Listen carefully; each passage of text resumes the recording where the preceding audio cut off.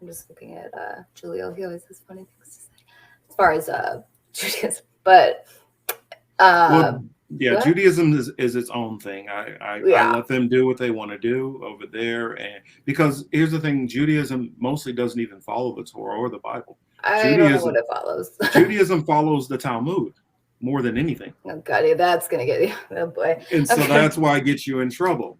The Talmud is not biblically sound. It's a lot of people making arguments and deciding what they want to think. I Like guess pretty it's like how they want to see things is how I've yes. come to understand it. Like this is how it's going to be interpreted, or like just these rabbis talking like Exactly. some It's a weird bunch of shit in different there. conversations. Yeah, it's some very weird shit in there. I Yeah. guess yes, Hagar. Thank you. Hagar was the one who we got pregnant and was cast her and Ishmael out. And really, like going. Dubster is not going to let us go unless we bring this up. So going ahead, go to Galatians 3 and Oh 28, shoot. Okay. and then I'll go ahead and deal with this and get it out of the way. Yeah, my bad. I suck at. Now I'll he's chat. stuck. Well, every time I talk to him, he stays on this same topic over and over. And what you have to Oh, understand, okay. Dubster, is the Bible has to flow together. If anything is contradicting, you have to reconcile that. You just can't. Well, I'm just going to throw this on to ignore what this other part said. You can't do that. That's what most Christians love to do. You Okay. got to have humility and be able to say, okay, well, maybe I don't have proper understanding on what this verse means because I've done it's contradicting with something else. I've done extensive research on who Esau is using the Bible, and the identity is could not be more clear. Well, Laid he's out. going to a different point. I know exactly what he's going to. But go ahead and read it. What? 3 and 28. Galatians 3 and 28. This is Book of Galatians, chapter 3, and verse 28. There is neither Jew nor Greek, there is neither bond nor free, there is neither male nor female, for ye are all one in Hamashiach Yahushai, or And Christ. and remember what I said about just taking a scripture out of context and not knowing what that's all going into? That's one of those examples where the Christian church loves to do that. I can give you a perfect example. Trying to remember what is it. It literally all throughout the Bible, and the only way you run into this problem normally is most Christians stay in it with Paul. They only pay attention to Paul. So I'm like, so what you're saying is throw out every other apostle, and even though everything they're saying lines up, ignore all that and just go to what Paul says. Yeah, that. And what it is I ask people like Dubster, do you know what Hellenization was? Upstairs.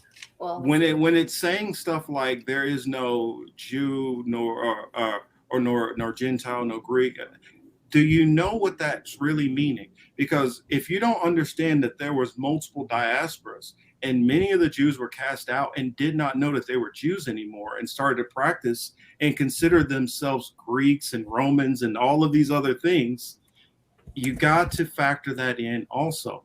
That's what that's talking about, because there was a rift between the people who still lived in the land and the people who were outside the land, and they did not respect them as fellow Jews. That is what that's talking about. But I've told Dubs this numerous times. He just doesn't listen. maybe today. There's always a new maybe today. No, this is interesting. And if like anyone in the audience is like, why aren't you? I mean, I'm not saying this is happening. There's a lot. I'm just taking a lot of I'm this. trying to remember which one did I want to go to like really prove it. What is it in Matthew? I'm a person I sit on things and like listen. I'm just taking all this in. I will have more questions as we go, but I like to just kind of let you lay it out. Oh, the woman that Jesus gave water to was not a Gentile. She was an Israelite. It says both of our fathers. She was an Israelite. That's what you're not getting. Yeah.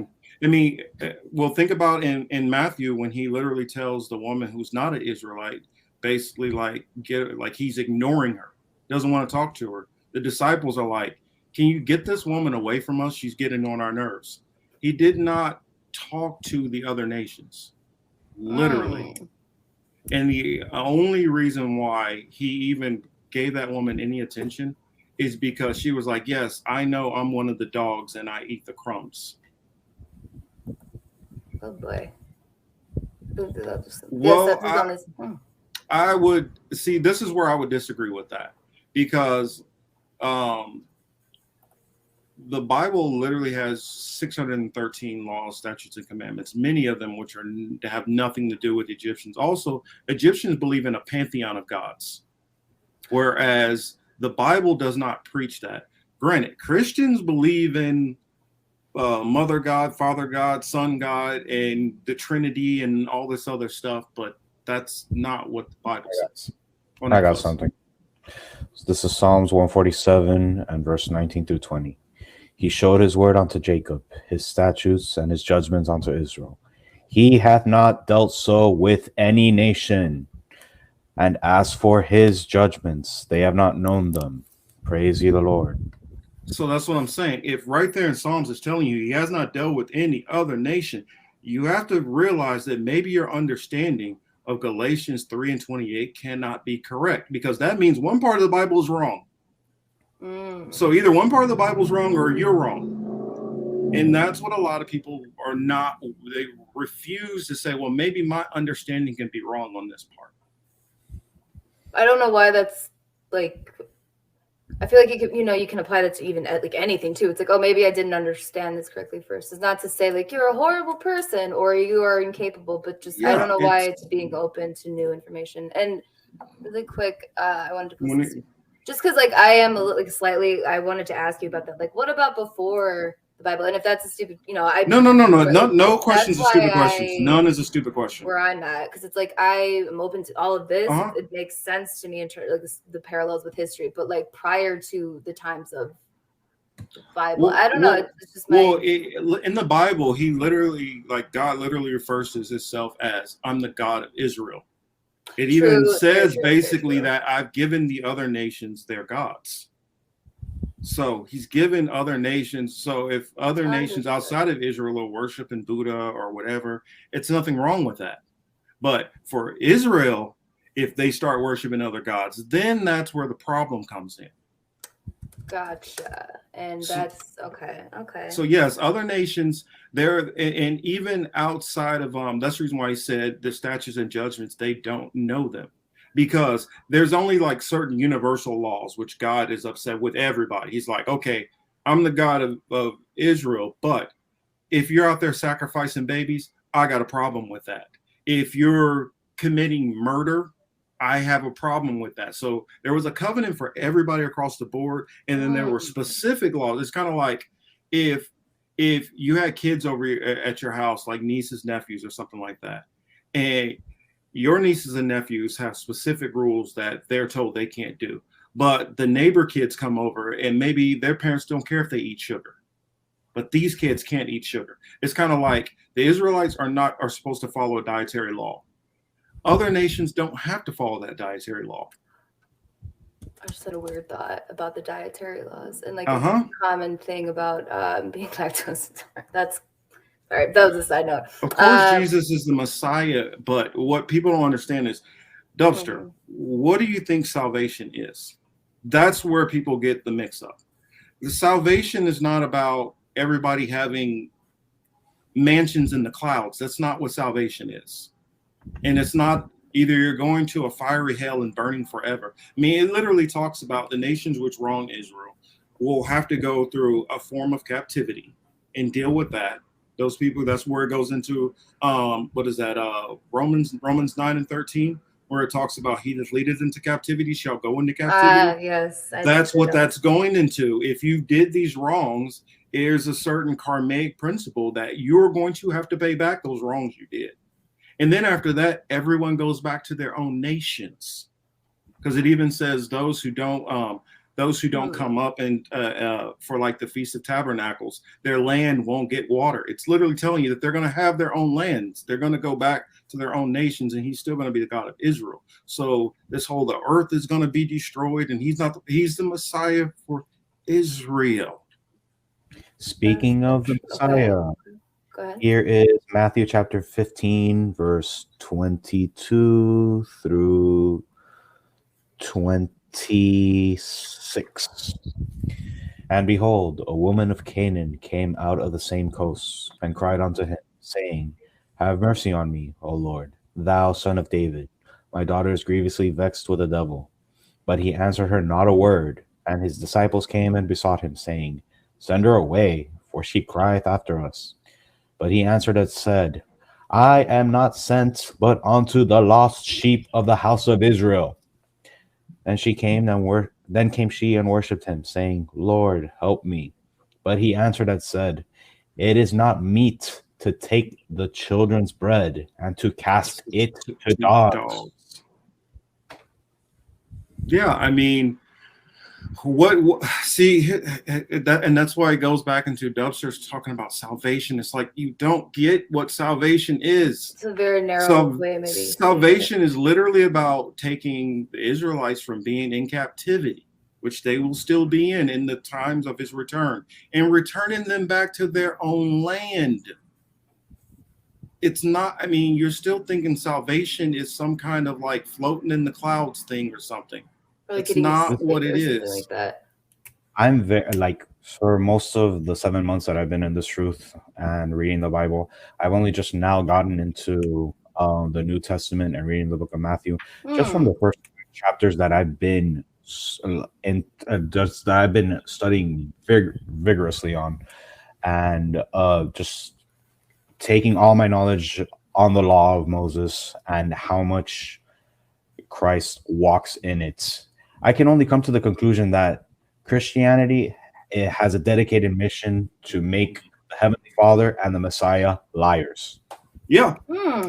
Yes. Well, yeah, because that's, as I was learning more about just like the actual, like, you know, about the Hebrew Israelites, I'm like wondering where the New Testament actually, there's lots of it that doesn't go along with the Old Testament to me. I know it's like no shit, but just I don't know, my mind. Well, no, it ties in. The only difference between the Old Testament and the New Testament is to think more about compassion, mercy, things like that. The Old Testament was like a lot less forgiving. It was like, okay, you were out picking up sticks on the Sabbath, you need to die.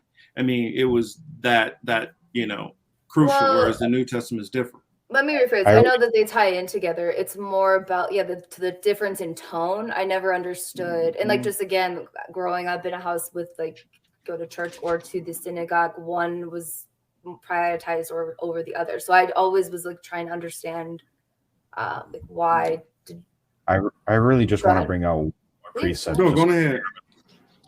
This is the book of Jeremiah, chapter 32, verse 37 through 40.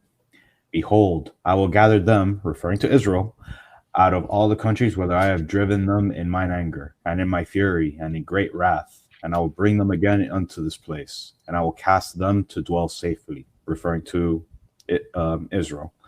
And they shall be my people, and I will be their God, and I will give them one heart and one way, that they may fear me forever, for the good of them and of their children after them. And I will make an everlasting covenant with them, that I will not turn away from them to do them good. But I will put my fear in their heart, and they shall not depart from me. Look at all the possessive language that's being used there. Very much so. No one else.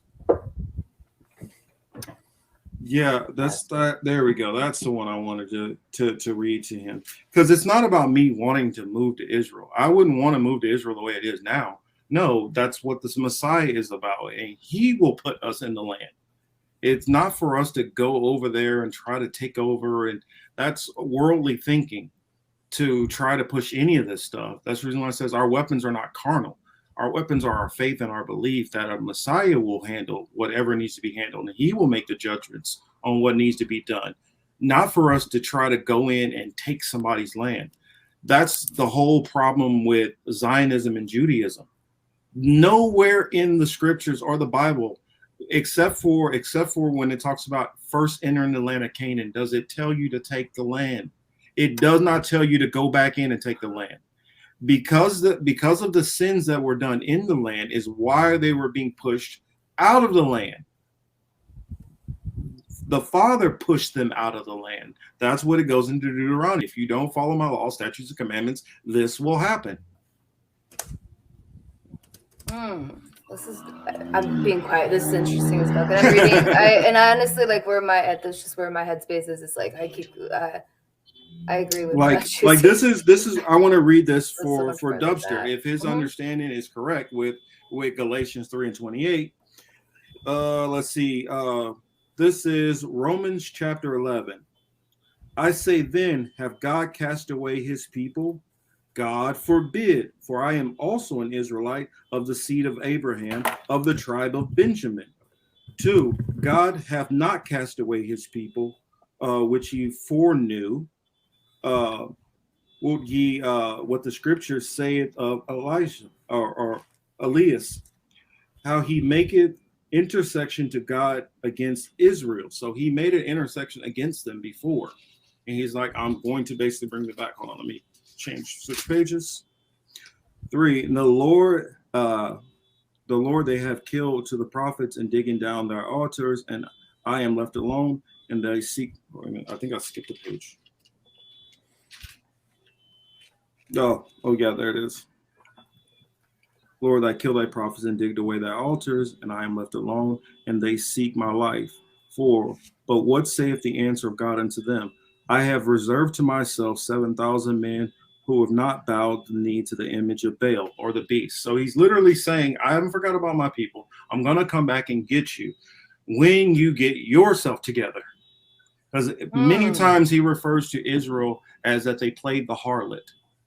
That Israel often, that's why when it starts talking about the bridegroom, the Messiah is the bride and Israel is the bride, and he's going to come back to retrieve his bride. That's what all that's talking about. And so it's not about like, okay, well, if you're not Israel, everybody is going to die. That's not what it's saying, Dubster. And it literally says literally when the Israelites are back in power, everyone will rejoice. Even the nations who are not Israel, because there will be no more war.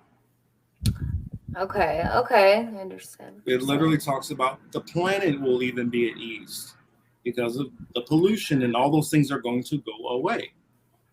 Okay, so not to like completely pivot, we can, with the chat. Oh, no, we can pivot. No, but it doesn't matter either way. Talking about, because it's like, but I want to know how you guys then see this with what's happening right now as far as you mentioned something with Ukraine, I think, to me. I want to know how that plays into this as well. Wow. Going ahead, Fuzz. Ezekiel 38? Yeah. All right. Because we see all of this stuff as it all lines up with prophecy. It's fascinating to hear. Just like you have little moments, you're like, oh wow, that. We were like, oh, because like some of the stuff we're literally just like, okay, so when is this going to start happening? Oh, that just happened. Okay, now we're seeing this happen. Like literally, I was just talking about we just did a show talking about the mark of the beast not that long ago. It did. Okay. Now, then on the Political Matrix, I found out like right before one of those shows that in Georgia they were having chipping parties. Now in Texas, they are doing it also, and then also Shadowban literally told me about they're doing that in his area where people literally have the chip and going in beep and paying with the chip in their right hand. Right. I mean, so all of those things are there. We see all of these problems, and so all of these things have to come to pass before we actually get to the third woe or World War III. Okay, and I'm just hearing that, and I can hear how people would be like, take that and say, I don't know, people might hear that differently, but in terms of the context of the history within the Bible, I understand. I'm not saying Well, because in the Bible, woe means destruction. Right. And the angel who flies across, he says, woe, woe, woe, for the third woe is coming. The third war is coming. So the first woe, World War I. Right. The second woe, World War II. And the third woe is the one that's coming. Well, what scares me about that is that that's why I go back to saying the people, like largely in part, whatever religion they may say they are, I guess, as like world leaders. I Uh-huh. believe that there's lots of people in power who definitely understand this and are making it like that's where I maybe I'm not sure if it's like set to be. That's Well, no, that's I the thing. understand. Whether it's prophecy or self-fulfilling prophecy, either way. Actually, yeah, when you put it like that, exactly, because I'm more of like, oh, it's a self-fulfilling prophecy, if anything, because of the aspect of like free But the will. Messiah has But put it in these people's hearts and spirit to do that. I mean, some of this, I believe, like remember the movie Don't Look Up, right? That billionaire at the last minute's like, well, we could mine off of the meteor that's coming to hit the earth. So the meteor is not necessarily a bad thing. And it's like we're tiptoeing towards nuclear war, and there's still going to be people who are like, but we can get to the last minute and hold it off. yeah, There are going to be those people, and like I talked about with the bomb shelters, because they think that they're going to be protected from this. They're willing to take this gamble with literally hundreds of millions of people, possibly billions of people's lives, because in their mind and their heart of hearts, they're not going to be affected. I'm probably gonna be one of those people that's like all the way to like no, because it's too because like then what's Well, the we point? don't. None of most sane and logical people don't want that. No, But the people who are at the top of the top, who literally feel like, you know what, there's just too many damn people on this planet. I'm not going to change and start, being green and doing all this stuff. So basically, just some people need to go. I okay, so and like yes, but I also think based on what we see as far as technology, I know that's a basic way to explain it, but like they still need people because they need all of this data for what they're constructing right now in terms of like Mm-hmm. the digital world. So I mean, Yeah, that's why we're that's not there where yet. We're not okay. all the way there yet. That's what I'm saying. But like how we said, it's a slow moving car wreck. We see, it's like you can see the car is going to crash, but in slow motion, it's not much that can be done to stop it from crashing. But when you're in the middle of something, it's hard to, you know what I'm saying? When you're in the middle of something, it's hard to see it for what's going on. Like back in Yeah, history, I'm pretty sure plenty of people never thought World War II was going to turn into the Holocaust. right. And the same thing with most of these, most people, it's not going to do, that's not going to happen. And then it does happen. And it's because when they're in the middle of it, they can't see it You can't see happening. it. I mean, no, I will admit there's many things that I've read. I'm like, oh shit, okay, factuals. But it's like the only thing, my only real disagreement is we're not. It's not even for me to disagree. Just where I'm like, Mm-hmm. because where is the concept of free will? And I understand that that's different for everyone. That might just be a Well, silly notion, but it depends I on just don't some know. people. I'll just say first and foremost, we don't believe in free will. Right. That's what I thought. We Okay. believe that there's an illusion of free will.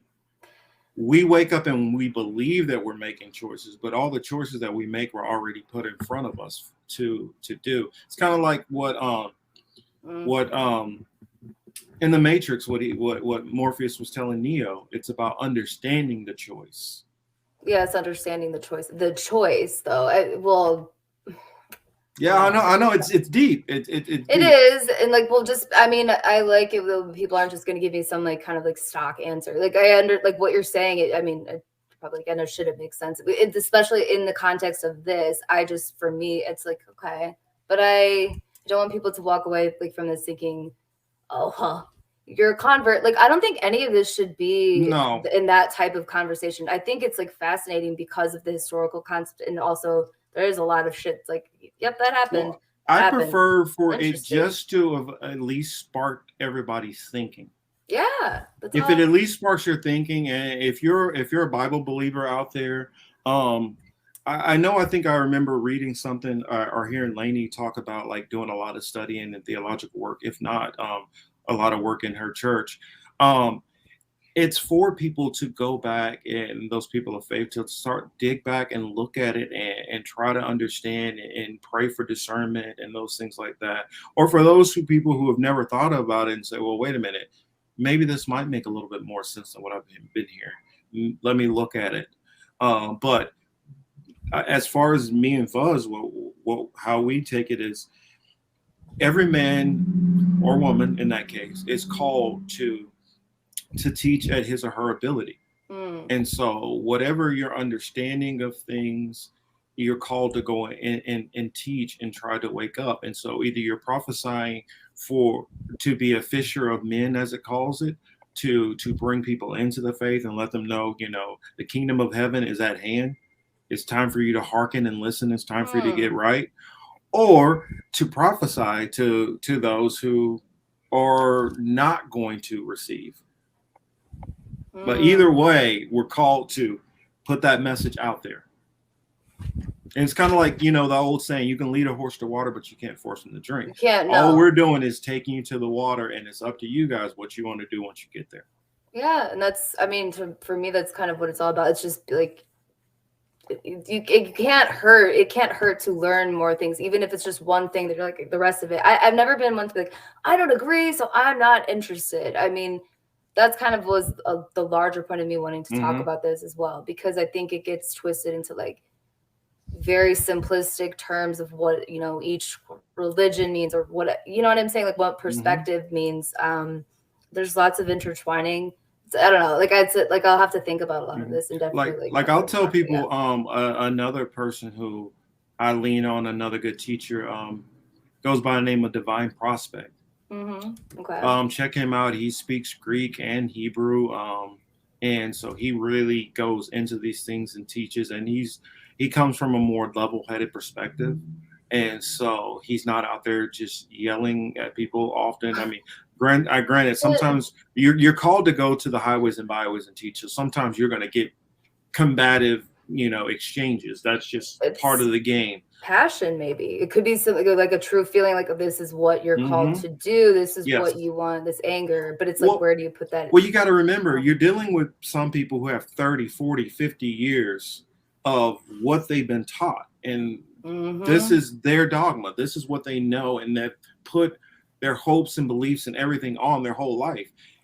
I would kind of almost lose a little respect for you if you just like flipped on a dime and changed that quick.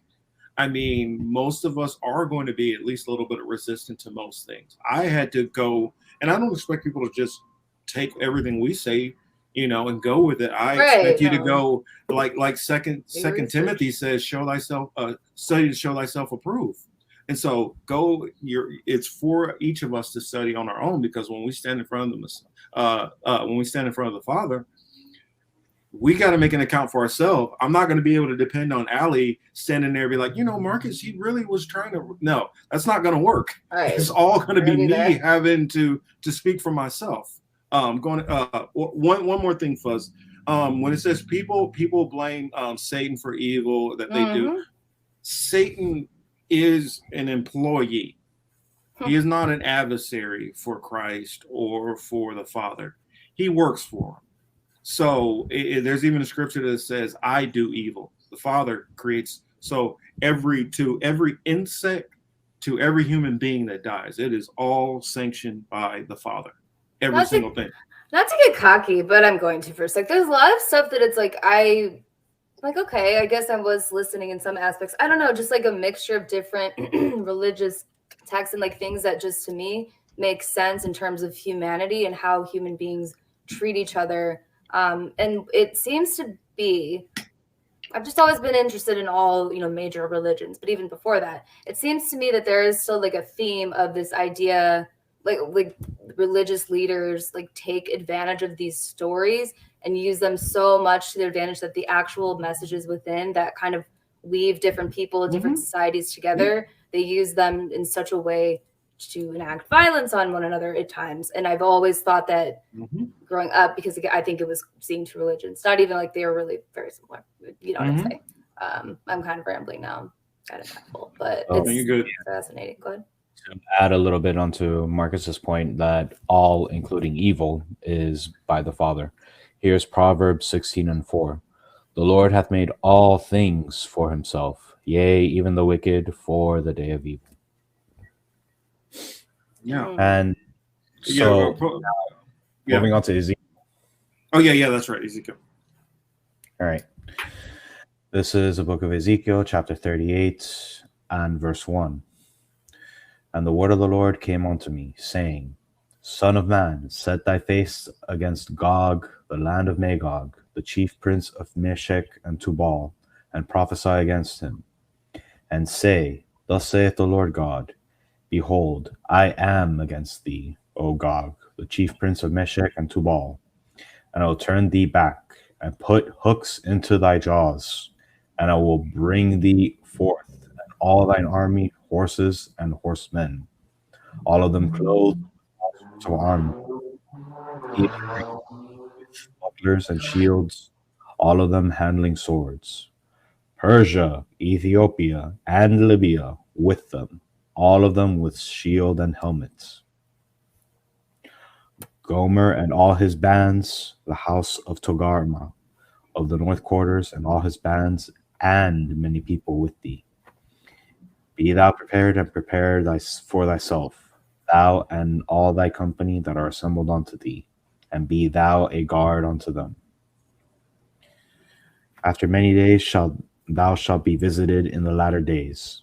In the latter years thou shalt come into the land that is brought back from the sword, and is gathered out of many people against the mountains of Israel, which have been always waste, but it is brought forth out of the nations, and they shall dwell safely, all of them.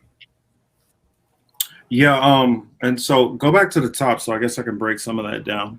Yeah. Because I know you were like, okay, you lost me there. You did, but Yeah, let's break a little bit of that down. Please do. Because what a lot of people don't know is the land which eventually became Scythia actually became the land of Magog. Land of Magog, which is modern day Russia. Okay. Gog is whoever the leader of Magog at the time. Meshech is where the name Moscow comes from. So that's what it's talking about. Tubal, I believe, it starts talking about the area a little bit south of there, talking about Turkey. So go back into that so I can try to pick apart and explain some of that more.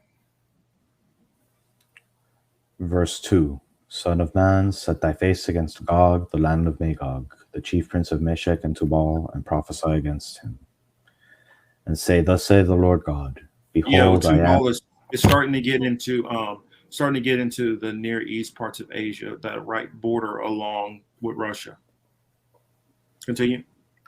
And say, Thus saith the Lord God, Behold, I am against thee, O Gog, the chief prince of Meshech and Tubal, and I will turn thee back and put hooks into thy jaws. So when it's talking about that turn thee back, that's going to bring them back to a former mindset, a former warlike mindset that they used to have. Okay. Which that's starting to get them ready for in that war type footing. Continue. And I will bring thee forth, and all thine army, horses and horsemen, all of them clothed with all sorts of armor, even a great company with bucklers and shields, all of them handling swords. And the modern day sword is what? Weapons, missiles, tanks. That's the modern day sword. The bucklers and all that. That's just, you got to remember, we're dealing with somebody who's seen these prophecies into the future and doesn't have a way to explain what some of this stuff is. Right. Because I'll give you another one I'll show you another one in Revelations. You know which one I'm talking about first. But go ahead and continue. Verse 5. Persia, Ethiopia, and Libya. Hold on. Persia. Where's Persia at? That's right, Iran. Iran. Exactly. Yeah. Mm-hmm. Go ahead. Resisting, Go ahead. And what have we lately? I just saw a news report saying that Ethiopia was starting to send troops to help Russia. Mm-hmm. So it's the beginning of that relationship starting to build in its earlier stages. Eventually, it'll start. That partnership will grow. But I mean, according to the prophecy, but that's what it's talking about. All these nations are going to start teaming up with Russia. I'm just thinking BRICS in my head. Oh no, you're not wrong there. You're not wrong there because a lot of parallels. Because BRICS is the four carpenters. Which I did that's want to ask another about part. that too. Okay, sorry. Yeah, when you start Yeah. talking about the four carpenters, that's Brazil, Russia, India, and China. So And what's right South Africa? now, South America, South Africa also. That's the South Africa one though. That's the one that gets me because I just think like Commonwealth, and then I'm like, wait, and like Israel, But all up in there. there's ties between Russia and South Africa Very true. already. Very true. There's ties between Russia and India and China. The only one we're waiting on to see, where that tie is going to manifest and how it's going to manifest is Brazil. Because Brazil's Okay, not yeah. as technologically advanced and as powerful as other nations, but they could be given some of the weapons and missiles or EMPs and things like that. And so that's where that prophecy comes up, because the four carpenters, it talks about the four carpenters taking down the great whore. And I wanted to ask about the horde though. Okay, and I'm writing these things. There's a lot of questions I have for you after, but go ahead because I don't want to keep derailing us. So go ahead. And Libya with them, all of them with shield and helmet. Oh, did you hear that? And Libya. Who's been helping Libya? Russia.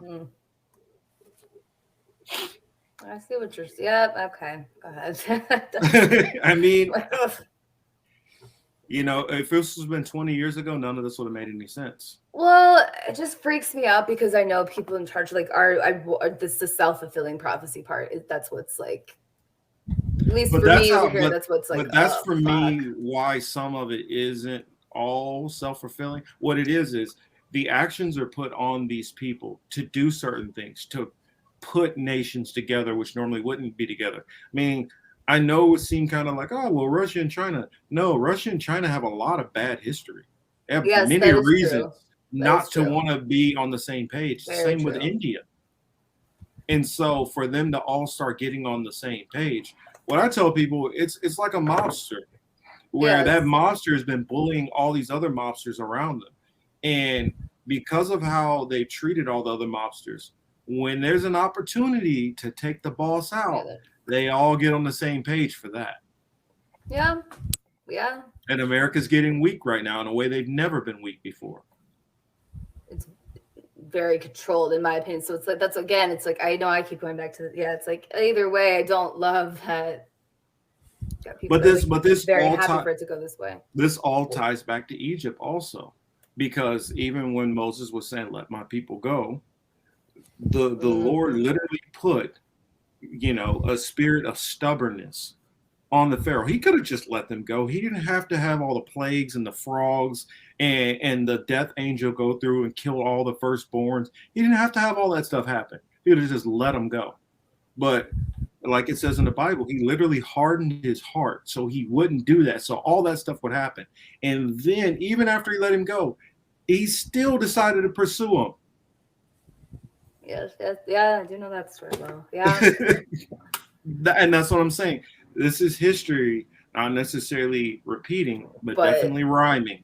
Yeah, hell yeah. That's the kind of stuff I'm thinking in my head. It's just like all of these different cultures, religions, people. I always go way back and just thinking about it's like we keep doing the same thing. Not exactly the same, but like you said, it's just shades of it over and over and over again. And what I wonder is like this idea, just a side note, of how this plays into the the fact that, I think it's 2050 or 2060, like the Moonshot Project, like they want people living outside of their bodies. How does that tie in with all of this stuff as far as like your digital self existing even without your physical body? And I could think some dark things about like nuclear war and why you would trust me, anything that you're thinking dark is not too far, because you got to remember the people that we're dealing with are not like us. True. They don't think like us. They are not motivated by it. Most of us would just like for a little bit of peace and harmony and for most of us to get along. They don't want that. Or for them, peace and harmony may be a world that's, they get bored. We're widgets for them to play with, and they get bored. Yeah, it's like Westworld, that show. I don't know if anyone's seen it. I just happened to watch it, and it's just like they're all just it's fun. So yeah, I mean, again, the parallels crazy. Yep. Yeah. So what you got, Fuzz? 4 carpenters. Oh, do you got the 4 carpenters up? Yes. Going ahead. Yeah. Then this is the book of Zechariah, chapter 2, and verse 21. Then said I, what come these to do?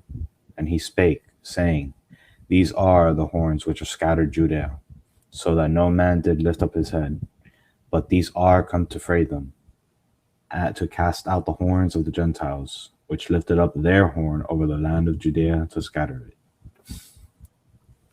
And that ties in also back to Psalms 83, which he read earlier. But continue. Okay. No, that's the end of. Oh wow, I forgot to include verse 20. Sorry. And the Lord showed me 4 carpenters, and then said I, what come these to do? And he spake, saying, these are the horns which are scattered Judea, and referring to the carpenters. These are come to fray them, to cast out the horns of the Gentiles, which lifted up their horn over the land of Judea to scatter it. Mm-hmm. Yeah. So yeah, I know you got a bunch of questions. I do. There's like so many. Yeah, you got, because again. So go ahead and explain that a little bit. I think you were going to explain. No. What I was also going to bring out was I figured you were going to do the explanation of the 4 carpenters, but yeah, I wanted to bring out just a couple verses that says how close we are to the end, like where these prophecies are likely going to be kicking in, like into overdrive, like especially concerning Gog and Magog from Ezekiel that we just read. Okay, just Russia. So okay. Here is 2nd Ezra chapter 9. Okay. Verse 1. He answered me then and said, measure thou the time diligently in itself, and when thou seest part of the signs past, which I have told thee before, then shalt thou understand that it is the very same time wherewith the highest will begin to visit the world which he made. Therefore, when there shall be seen earthquakes and uproars of the people in the world. Now, moving on to that, from there, 2nd Ezra chapter 14. And was it 14? Let me see. Or is it 11? So what you wanted, 11 or 14? Hang on. Climate change is all I'm thinking right now. Sorry, go ahead. Everything that's going on in the world is all tied into all this. I'm sure it is. Okay, yeah, it was 14. These words shalt thou declare. This is 2nd Ezra chapter 14 and verse 6. These words shalt thou declare, and these shalt thou hide. And now I say unto thee, that thou lay up in thy heart the signs that I have showed, and the dreams that thou hast seen, and the interpretations which thou hast heard. For thou shalt be taken away from all, and from henceforth thou shalt remain with my son, and with such as be like thee until the times be ended. For the world hath lost his youth, and the times begin to wax old. For the world is divided into 12 parts, and the 10 parts of it are gone already, and half of a 10th part. And there remaineth that which is after the half of the 10th part. So that roughly Marcus, correct me if I'm wrong, that is talking about, from my understanding, 12,000 years in total. Mm-hmm. That's talking about, yes, 12,000 years. And what a lot of people don't realize is, like, when it talks about he created the earth in like 6 days and rested on the 7th. A day in the Lord's frame is 1 day is 1,000 years for him. This is 2 Peter chapter 3 and verse 8. But beloved, be not ignorant of this one thing, that 1 day is with the Lord as 1,000 years, and 1,000 years as 1 day. Okay.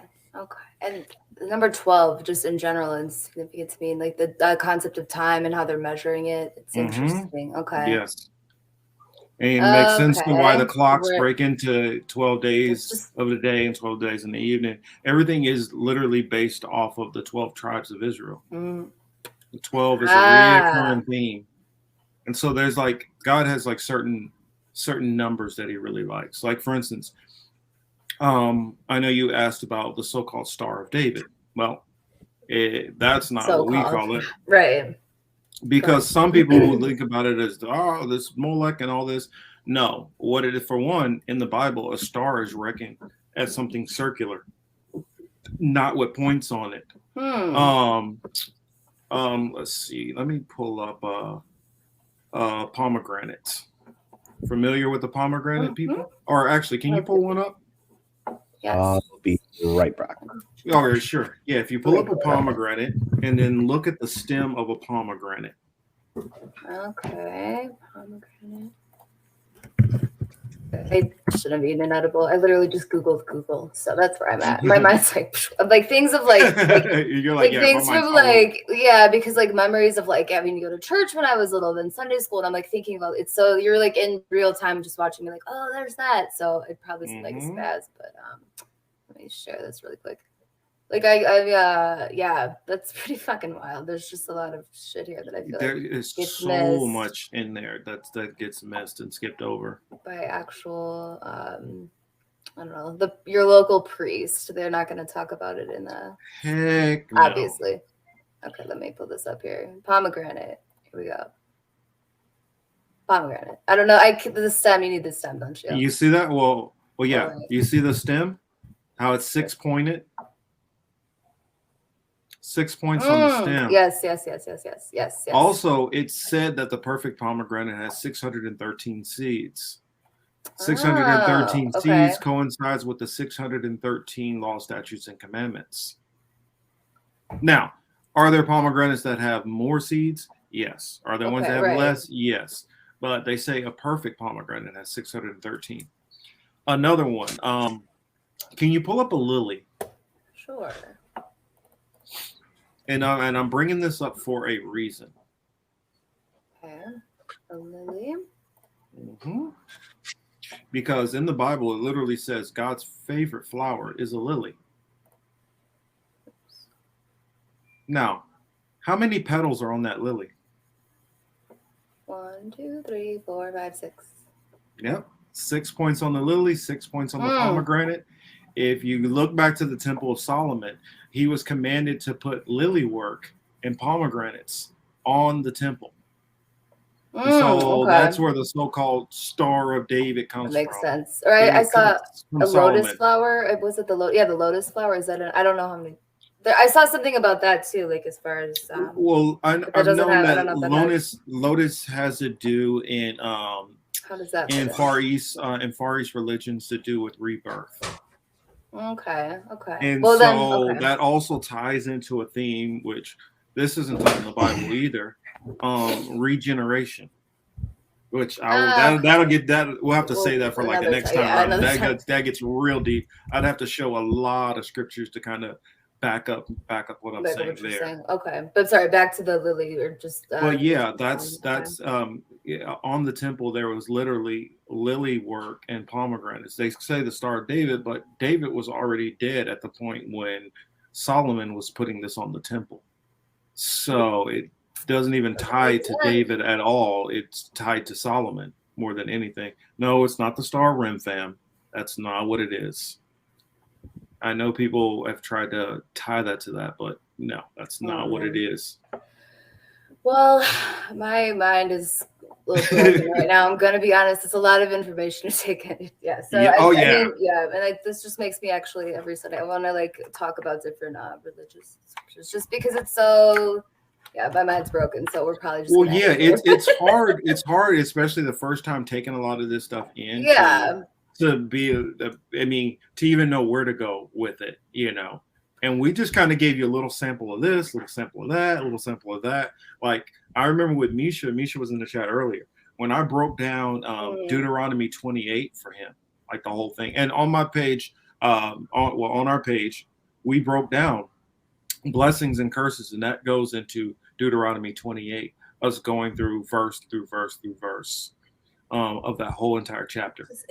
Just for the record, it's just interesting to hear it broken down. Go ahead. Just for the record, we were holding back so much more in that episode, like that we could have brought out. Yeah, we could. There's so many other. Yeah, We could have went into Exactly. Deuteronomy 27. We could have went some of the ties into Leviticus, some of the stuff into Numbers. We could have went Secular just sources also just secular. actually reveal the identity of the Israelites, who they are today.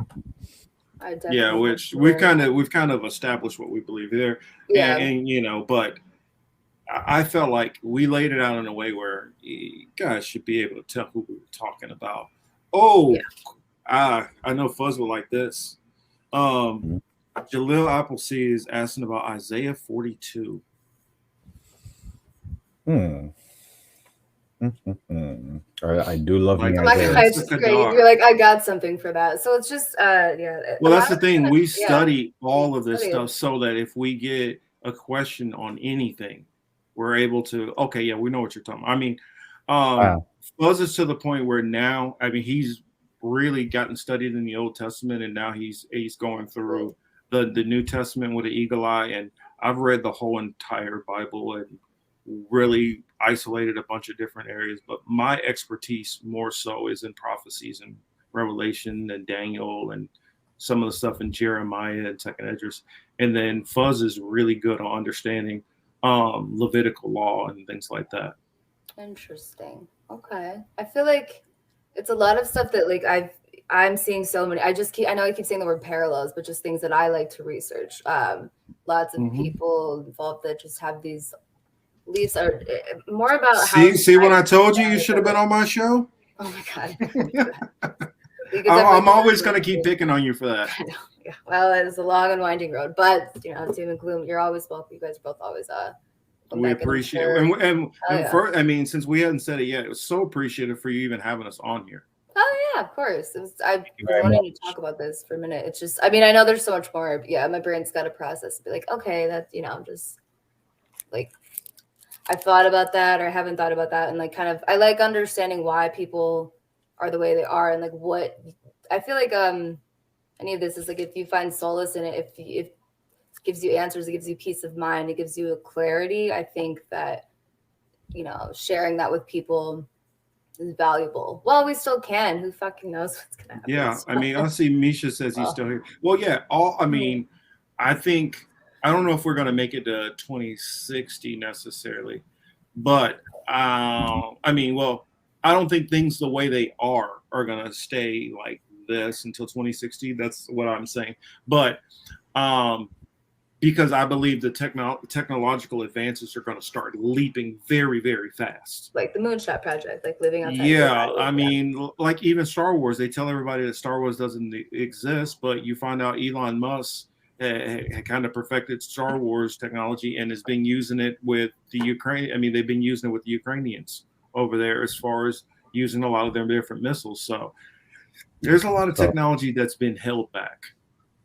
Yeah. Yeah, it's working on it. Go ahead.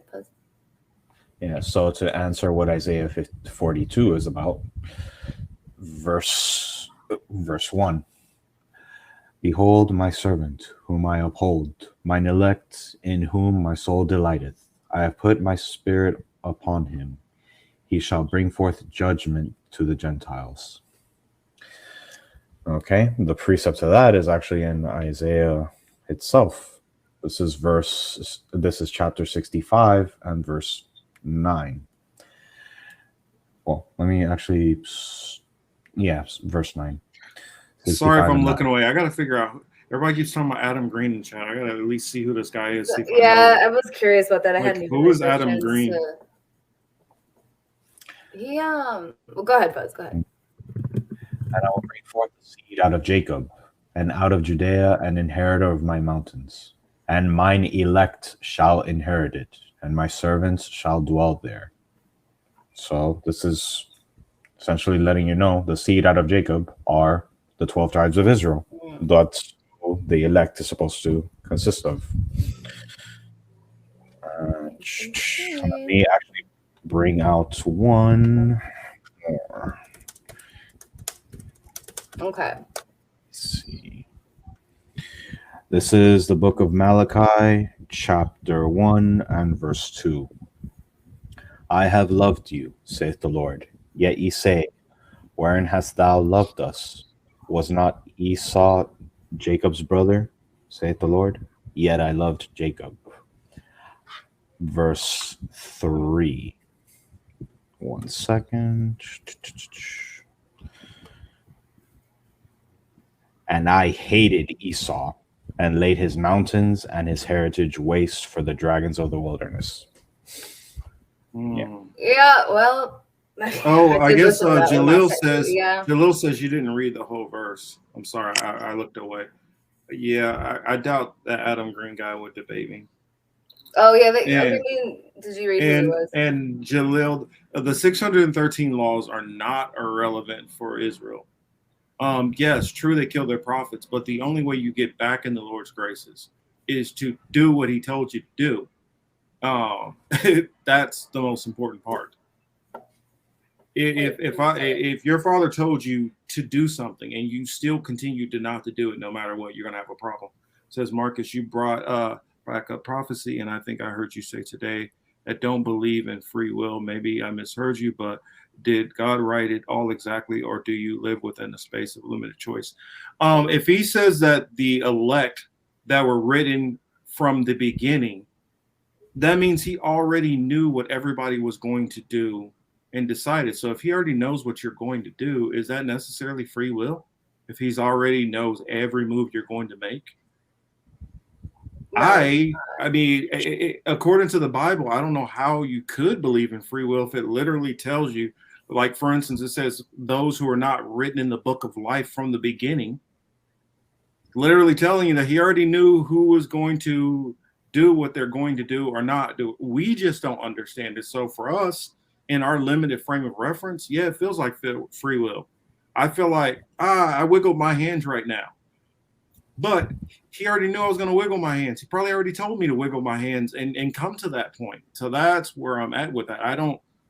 When you're dealing with a being that created us and knows us more, I mean, He literally says, I know every hair on your head.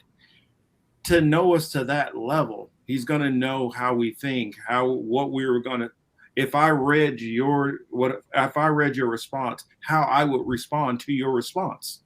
Well, I have a question actually, because this is like, I kind of, I agree, or I think where Jesse's coming from, only in that, like, because like for me, I'm a what if there's more though? Like, well, how we don't know. I mean, I feel like, can't you know, like a lot of this, I'm using spiritual in a very specific way, like what resonates with you. Can't you hold on to that without it, the rest of it being like determined? I don't know, or is that just cherry picking? Does that make sense? Like, what if there's more? What if there is it just, I don't know. Well, there's always going to be limits that we're never going to get to and be able to explain. Okay. And I feel like that's whole part of the mysteries at that time towards the end. I believe that's when we will be revealed many things that we've always wanted to know and answers and get answers on, even like where God originates from. I mean, I believe we'll get all those answers at that point in time, but I don't feel that for me, for those things which I can't get a yes or a no in any kind of way, I figure that that'll just kind of rack your brain and drive you maybe a little crazy to try to get to that. So I try to figure out the things which are that we can understand and see. Like, for instance, if I see that somebody literally told me, I'm going to meet Fuzz, and Fuzz is going to marry whoever and have 6 kids and name his kids all of these names. And they said that 300 years ago. Wouldn't you have to start saying, well, maybe this person knows something? Oh, for sure. I'm totally looking into it. So it's not, I'm not necessarily like questioning that. It makes sense to me. I'm just thinking loud as far as like, I wonder, it's just fascinating to me, like, because this book, it like defines so many things, but it's just giving me a really interesting perspective. I've not looked at the Bible like this ever. I've never gone through this, like, I've read it in this like certain areas, but not. But if you don't have proper discernment to see a certain way, some things you can read it all you want. I mean, I know somebody's read the Bible like 3 times and they never understood certain things at all, because they've never looked at it in different translations or, in different texts or, it makes a difference. All those things make a difference. I'm just thinking about friends of mine that are like, you just like got converted. Seriously, it's not that. It's just I get like geeked out when I'm like I hear a new perspective about things. Because like for me, I just the more I take in, the more I don't know, just it's what I like to do, and just kind of like I said, discern, like figure it out in my own head. Now maybe I don't know. I believe that there is some type of power, a higher power. I don't know what it is. I don't know, but I think there is this collective thing that is always going to be somewhat chaotic because it's human beings. That's just my opinion. But I wonder if there's a way to reach on a humanity level without it going this creepy techno world, a way of like understanding things Well, without. I that's don't know. part of that. The fact that they're trying to do that shows that they're trying to reach a godlike level. Yes. They're Yeah. trying to do what God does to be able to be all knowing. And you're getting into dangerous territories when you Can't. start playing like that. And you can't. I guess that's what, yeah, you can't be God. And there are some things I think humans we're never going to know. And that would be this, like how to be God. Because then you go into like, what is God? And I think God is personal. That's how I've Well, come true. Yeah. It does says he dwells within the hearts of men and women, of course. But, and it literally says the temple is within you. The temple of heaven is within you. So that's a metaphorical, a spiritual, and then it actually, it's going into a parabolic meaning also. Because that's the thing. The Bible is so complex that it can give you one prophecy and it can mean 3 different things. Sure, exactly. It's not just like, oh, it's literal or it's like completely hyperbole. It is I think it's personal to every but I know that there is a way to look at it and there's do you know what I'm saying? But I see people being people and yeah, like it says the Bible is of no private interpretation. I see why they would say that too. Okay, we have to end this somewhere because I go to bed, but I have to work in the morning earlier. But yes, this was very interesting. So first, what we can do is we can set up a part 2.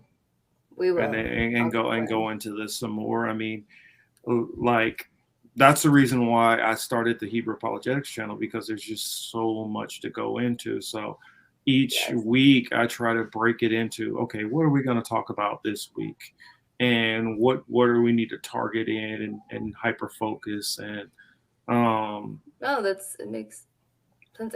Sorry, really quick, just for people, if this is like out of left field for people too, it's like think about it this way: the World Economic Forum, like they're in a sense, their masters are like kind of playing along too. I think something along this tune. So at the least, you can look at it through that way. It doesn't have to be like, oh, I have to question everything, of my personal religion or belief or whatever. It doesn't even have to be like that. It's just like take from it what you will, I guess. But I know that there's still a message that, you obviously agree on. It's more, I think people sometimes freak out. They're like, oh my God, it's just. Because like if you think some of the stuff we talk about is deep, you ought to see the people I learned from, the high level conversations they're having. I'm sure I mean, some of the lessons I got to sit there and like, okay, let me pull out my highlighters and markers and start really digging and get discernment. Now it helps that I have such I've studied so much on history.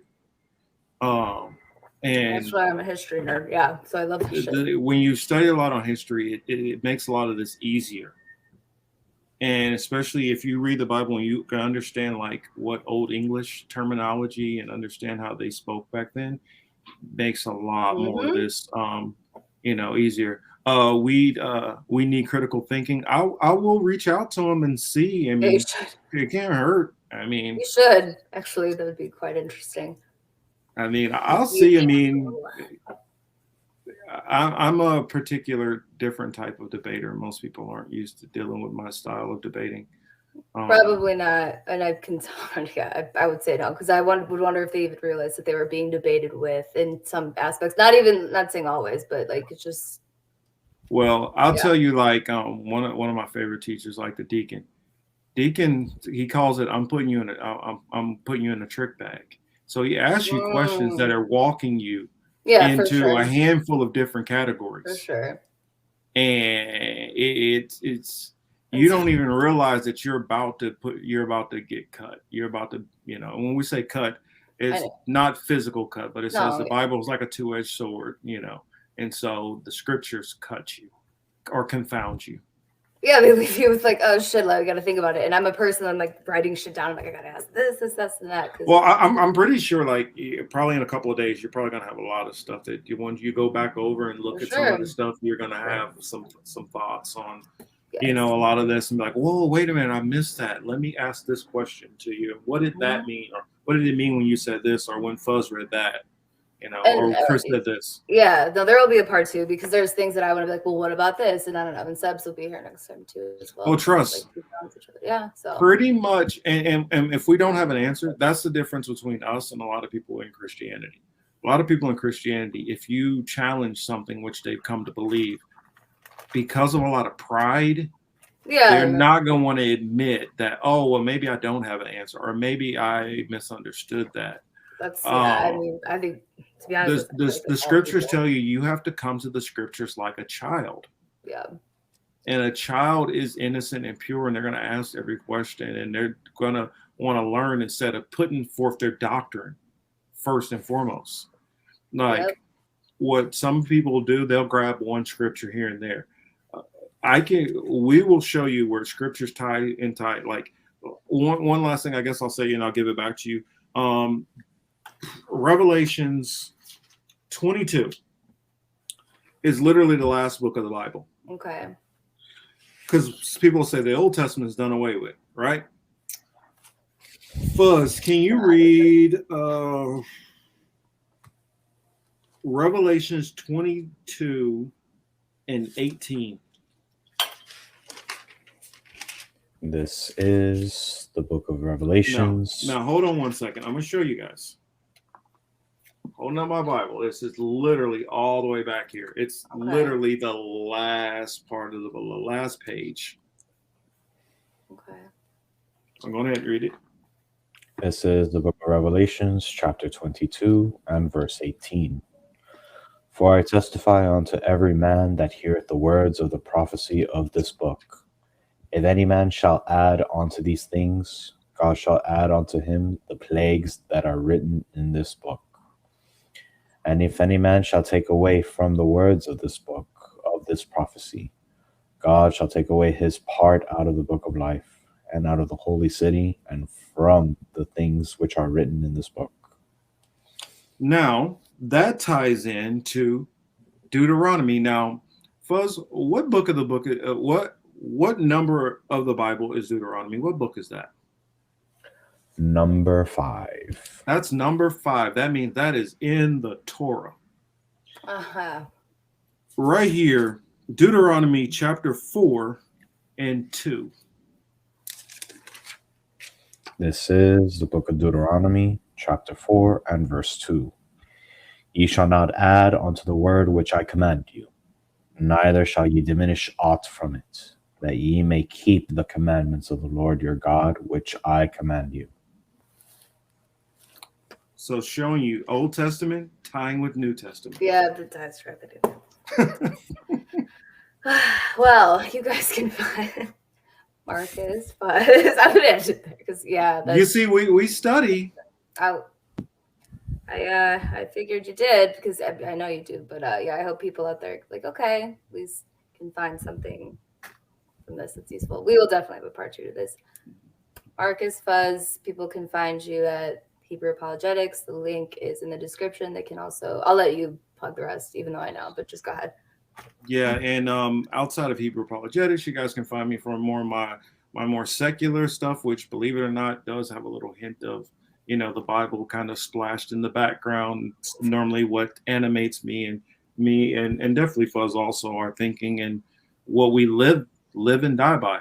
You can find it over at The Political Matrix. As you can see in there, Young Morpheus. Look for me there. We're normally Saturday nights at 6 Pacific, 8 Central, and 9 Eastern. And then on my What We've Been Thinking page, me and Jalen were trying to find harmonize a regular time, but I go once a week on there also, and then on some of the on some Sundays I will have interviews. I have an interview coming up May 15th with Dr. Hughes from Schoon TV. He's based out of Johannesburg, South Africa, and we're going to talk about Russia and South Africa and a lot of the ties between Russia and Africa. So that's going to be very interesting. And then also look for another conversation with Carl Zah. I will have Carl Zah back on for another conversation too. All right, good shit. Good shit. And oh yeah, if you guys know anybody who would like to have more interviews or conversations, tell them to hit me up. I will talk to virtually about anybody on world events. All right, Fuzz. Well, so I'm just Misha, on Twitter. Shalom. You can find me on at Fuzz the Fraim. That is PHRAIM. Yeah, I don't really have a channel. Well, I guess I do. Hebrew apologetics. You do. I do. Yeah. You guys by now should know all my numerous Twitters. There's a few of them are listed in the description. But yeah, thanks again, guys. And they all connect. I put them in the description. So once you find one, you find them all. Word. All right, guys. Well, thank you so much. And we'll see all of you next time. Thank you for bringing us.